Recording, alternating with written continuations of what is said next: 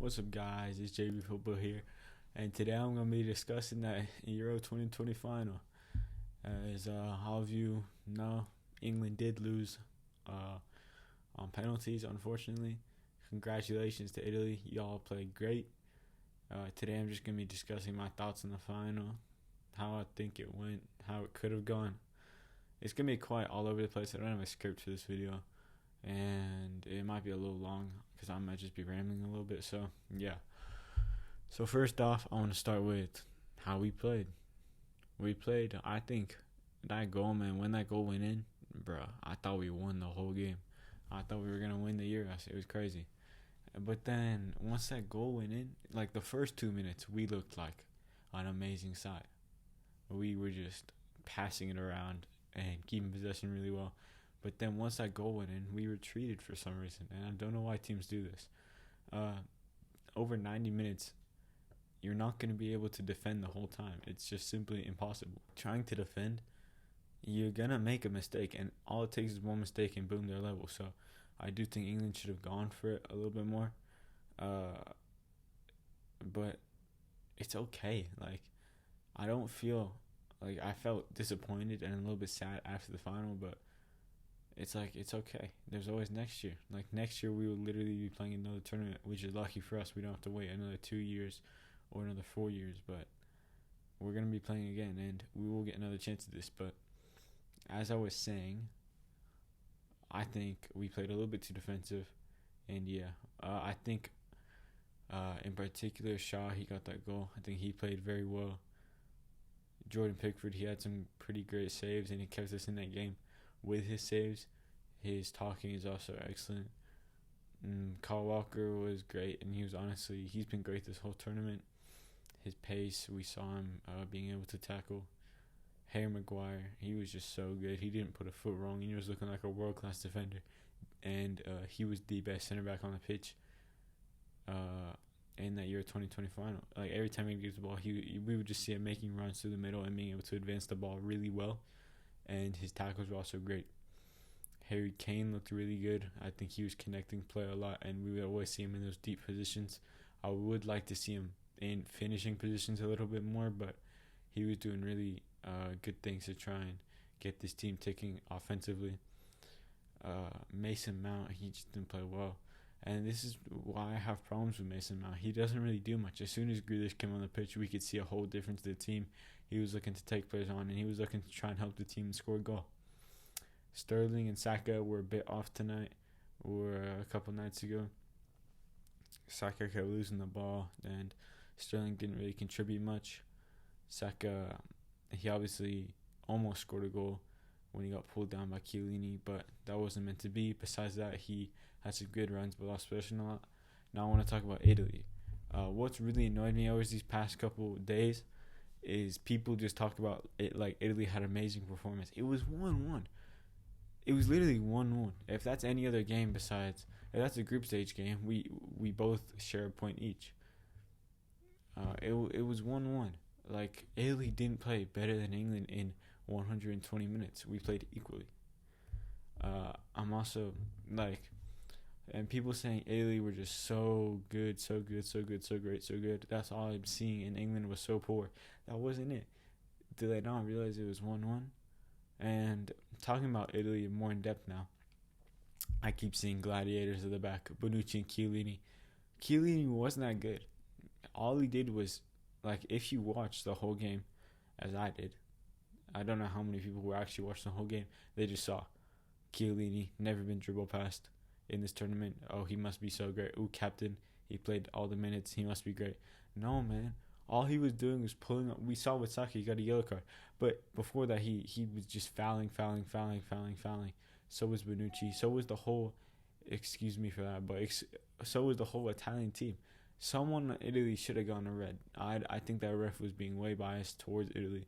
But it was crazy. Italy had 21 fouls.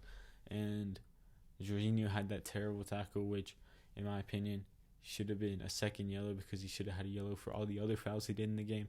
And yeah, Italy played dirty, and people are saying like they had a good performance. If this had been a Premier League game, 100% England's winning because Italy's getting at least one or two red cards in this game. Um, yeah, and then other stats. I think this is not really. I may sound like a salty England fan here, but I think this is not really a game for the stats. England obviously let Italy have the possession, have all the stats in favor of them, the expected goals, the shots on target, whatever. But England gave that up. I think if it had been 0-0, would have been much, or 1-0 to Italy, I think it would have been much more in England's favor. Um, because if you watched the first most of the game, Italy wasn't really getting into good positions with the ball. They were keeping possession well, and England didn't have much possession at all. But Pickford only troubled 2 or 3 times in the whole game, and that came in the latter stages of the game. Bonucci's goal, it's not a good goal, is it? You can't say that goal was better than Shaw's goal. It was lucky. Some defenders were not in the right position. Pickford, he made a great save, but then he just got unlucky. It was just like that goal doesn't happen 50% of the time in that situation, and 50% of the time it does. And it just so happened it did. And now talking about the style of play of England a little bit, we obviously saw that in those first 2 minutes, and I think in the first 20 minutes of the game, England looked really, really good. We saw that the 5-back, I think, although I didn't really like it, I think it worked when England wanted it to work. Trippier was one of the best players on the pitch, in my opinion. I think he was really good. His balls are amazing. Not like that, but his kicking and passing and his long balls are really, really good. I think he has a lot of whip on it, and we obviously saw that with Shaw's goal. So I do think, and the 5-back also provided us the solidity to be able to sit back for so long. The two holding midfielders, I think, were great. In particular, Declan Rice was excellent. I was so surprised to see him come off instead of Phillips, because I think he had a much better performance. I think there might have been an injury or somewhere, but I really think Southgate in the 58th, 60th minute, he should have subbed on Grealish, because Mason Mount, man, I don't know what you guys seen this guy, but I don't see what everyone else sees. Obviously, he didn't do much this game. He did nothing actually this game. All he would do was get the ball and lose it, shoot and miss, and not really connect when he passes. He didn't do his role, which is to connect the game, connect the players, and try and score goals. But he didn't do any of that. So I don't see why Grealish didn't come on sooner. Now let's talk about what everyone's talking about is the penalties. We just got unlucky. It's flip of a coin, Russian roulette, whatever you want to call it. You win some and you lose some. I'm kind of a little bit struggling for words thinking about that penalty shootout, but yeah, Southgate, he had his men, he had the people that had performed best in training, and he put him out there. Do I think it was the right call?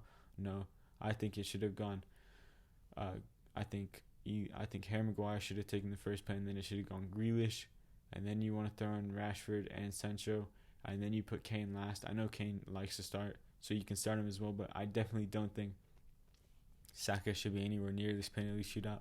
I think it should be the likes of Shaw in front of him, even the likes of Walker, because Shaw, if you've watched some interviews, he said that all he thinks he's one of the best shooters at Manchester United, maybe even better than Rashford. So and every professional footballer can take a penalty. It's just about the nerves, and I think the nerves got to Rashford in particular. I think Sancho got unlucky, and then Saka, he puts it the same way Sancho does, and we lose. I think that Italy also have one of the best goalkeepers in the world. He's huge. Donnarumma, he had an excellent penalty shootout. But I do think that it was a little bit down, or it was all down to nerves. I think Saka should have analyzed it a little bit more and gone the other way. And Rashford also, he sent Donnarumma the wrong way. All he had to do is put it in. He hit the post, but it's in the past now, and we can't really change it. And that's what I want to talk about. All the people hating on these three guys, just stop it, bro. It's not cool. It's not needed. We need to be together in this moment. I'm sounding like someone died or something. No, it's just football, man. It's just a little game that we kick the ball around. There's no need to hate on them, especially racially abuse them. There's no room in the game at all for that, and you should get a lifetime ban if you do anything like that. I was looking at the comments on all their posts. It was absolutely disgusting. And yeah, I just think it's terrible. And even without racist hate, just the hate on them in general. they're just kids, man. I know Rashford's a little older, but Sancho and Saka are 21 and 19. Like, they're gonna miss penalties in their career. It just happened that it was in a penalty shootout. Okay, but we need them to get over it because they're both great, great players, and they're gonna go on to have great careers. So there's no need to hate on them for no reason. Like, just let them be, because they're already beating themselves up enough. They don't need all this you suck, whatever on top of it. There's just no room in the game for that. So yeah, I would have done it differently, but Southgate went with the stats. He went with who's done the best in training, and I respect that. He stuck to his plan, but I think he should have had a little bit of a look in more, seeing that Grealish was asking for it, and Saka, I don't know if he was asking for it, but he did step up, and yeah. So yeah, like, I'm just thinking about it right now, reliving the moments of the whole game, but it's fine. Like, we're gonna go again next year, and all these players are super, super young. If we think about it, in my opinion, our two best players are Harry Maguire and Harry Kane. They're the two most vital players. They're getting a little bit older. I think they're both 25, 26, 27. I know Harry Kane's 27. I think Harry Maguire's also in that area. But, like, we've got 2 to 3 more tournaments out of both of them in peak condition. But then look at the likes of, we got Ben White, we got Tamori, we got Konsa, we got Guehi, we got Chalobah. We got all these amazing center backs that can fill his role. And then at striker, it's looking a little like Harry Kane's just one of one, man. He is so good, but we got the likes of Tammy Abraham. I know, biased Chelsea fan.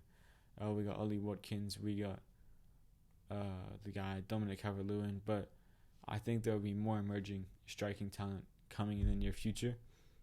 And yeah, so they're a young group. And if you look, every single post this has been an unforgettable camp. The group has been so together. These have been some of the best camps I've ever been in. Everyone is so together in this group. I think it's not unreasonable to have them as one of the favorites to win the World Cup next year. Everyone looks like they want to play. They're really involved and invested in England and performing for the national team, something that we saw with the likes of Rio Ferdinand, Frank Lampard, Steven Gerrard, the golden generation.